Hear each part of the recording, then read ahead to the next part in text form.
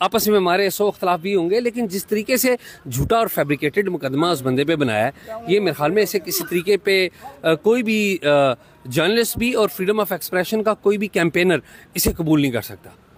کمرہ عدالت میں آج کیا کچھ ہوا؟ متی بھائی سے آپ کی بات ہوئی، کیا کہہ رہا تھا؟ متی سے میری بات ہوئی ہے۔ متی نے کہا کہ اس سے تشدد کا نشانہ نہیں بنایا گیا، اس کے حوصلے متی کے بڑے بلند تھے، بڑا مطمئن تھا متی، بلکہ وہ بھی مسکرا رہا تھا کہ کس طریقے سے اس پہ یہ فیبریکیٹڈ مقدمہ جو ہے وہ بنایا گیا۔ مقصد کیا ہو سکتا ہے اعجاز سید صاحب مقصد یہی ہے کہ متی اللہ جو کرٹیسائز کرتا ہے، حکومت کو کرٹیسائز کرتا ہے۔ انہوں نے کپڑا ڈالے رکھا اور اس کے بعد وہاں پہ بٹھائے رکھا، پھر مجھے جو انہوں نے کہا کہ آپ کا معاملہ نہیں ہے، اور تقریباً 2:30 بجے تقریباً انہوں نے واپس بھیج دیا I-9 کے ایریا میں، مطلب خود ڈراپ کیا۔ کہیں کچھ پتہ نہیں ہے کون سی بلڈنگ تھی، کون سی جگہ تھی، کون سے لوگ تھے، تشدد نہیں ہوا بالکل، یہ اب مطلب کہنا، باقی انہوں نے خیال رکھا ہے ہمارا۔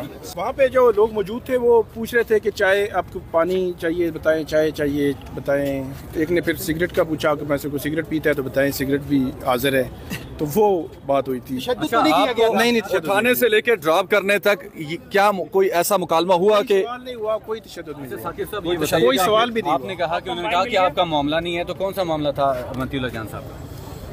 معاملہ آپ وہ بتا سکتے ہیں کیا معاملہ تھا، لیکن انہوں نے بتایا نہیں ہے۔ بالکل۔ آپ کا موبائل مل گیا؟ موبائل تو مل گیا، ایک مل گیا اور ایک رہتا ہے۔ ثاقب کی کہانی جو ہے ثاقب صاحب گھبراہٹ تو نہیں ہوئی، خاص طور پہ چونکہ آپ کا پہلی بار ہم نے ایسا کوئی کیس رپورٹ کیا کہ آپ کو اٹھایا گیا؟ متی اللہ جان تو آتی ہیں۔ ایک چیز بڑی کلیئر ہے، ہمارے ہاں جو جرنلزم ہم کر رہے ہوتے ہیں اس میں یہ جو چیزیں ہیں ہمارے ذہن میں ہوتی ہیں، تو ان کا آنا جانا یہ میٹر نہیں کرتا، اگرچہ ہم اس کو سپورٹ نہیں کرتے، لیکن یہ ہے کہ یہ چیزیں دبا نہیں سکتی۔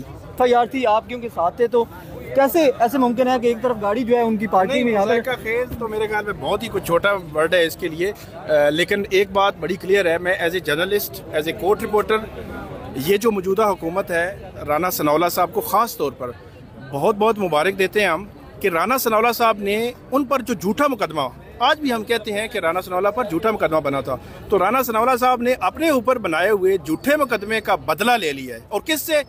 سینئر صحافی متی اللہ جان سے۔ جب وہ اپوزیشن میں تھے تو یہی متی اللہ جان اسی لینگویج کے ساتھ بولتے تھے، تو ان کی تعریفوں کے پل باندھے جاتے تھے، ان کے گھروں میں جاتے تھے بلاول بھٹو زرداری اور شہباز شریف اور پی ڈی ایم۔ آج اسی پی ڈی ایم نے جو ہے وہ اس پہ آئس اور جو دہشت گردی کا مقدمہ بنایا، تو ان کو مبارک ہے۔ ویسے آپ کو چونکہ متی اللہ کے ساتھ رہا گیا، تو حکومت نے کوئی رابطہ کیا آپ سے کہ آپ سے اظہار ہمدردی کرتے ہیں، معذرت کرتے ہیں، کوئی کسی قسم کا رابطہ؟ میرے ساتھ رابطہ کرنے کی ضرورت بھی نہیں ہے، ان کو شرمندگی کا اظہار کرنا چاہیے جو متی اللہ جان پر مقدمہ بنا ہے، میرے پہ کوئی نہیں ہے، کوئی ضرورت نہیں ہے رابطے کی۔ کوئی وزیر ایسا نہیں ہے جو ان کے گھر جائے گا؟ اب ان کو پتا ہوگا، شہباز شریف صاحب کو پتا ہوگا، باقیوں کو پتا ہوگا کہ آپ اور متی اللہ جان صاحب تو چائے پی رہے ہوتے ہیں کوئٹہ پہ، تو ان پہ چرس ڈال دی، آئس پہ ڈال دی، چائے اور قہوہ پینے والے بندوں پہ؟ اب ان سے پوچھا جائے یہ کیوں آئس ڈالی ہے، منشیات، خرید و فروخت، یہ وہ سب کچھ ڈال دیا ہے، تو دہشت گردی بھی ڈال دی ہے، اور مطلب حیران کن ماحول ہے کہ عدالتیں بھی ریمانڈ دے رہی ہیں۔ یہ سب سے زیادہ افسوسناک ہے کہ عدالتیں ریمانڈ بھی دے رہی ہیں۔ انفارمیشن کیا تھی، کس وجہ سے اٹھایا گیا؟ ابھی انفارمیشن نہیں تھی، باقی میرا خیال ہے انفارمیشن نہیں ہوتی پھر بھی ہوتی ہے۔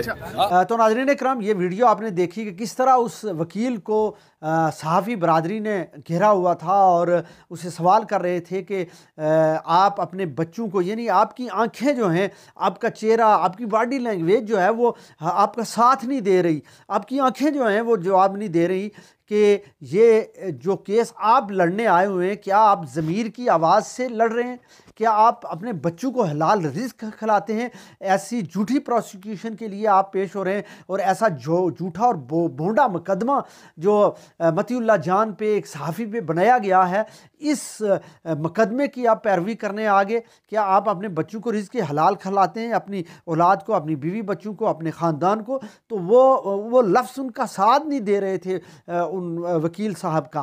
تو یہ حالت ہے ہماری کہ ہم جھوٹے مقدموں میں بھی جا کے پیش ہو جاتے ہیں، اور پھر عدالت نے بالآخر ان کو ریمانڈ پہ جو ہے وہ پولیس کے حوالے کر دیا، اور متی اللہ جان بڑے مطمئن تھے، ہنس بھی رہے تھے اس بونڈی ایف آئی آر پہ اور اس مقدمے پہ کہ کس طرح کا مقدمہ بنایا گیا ہے۔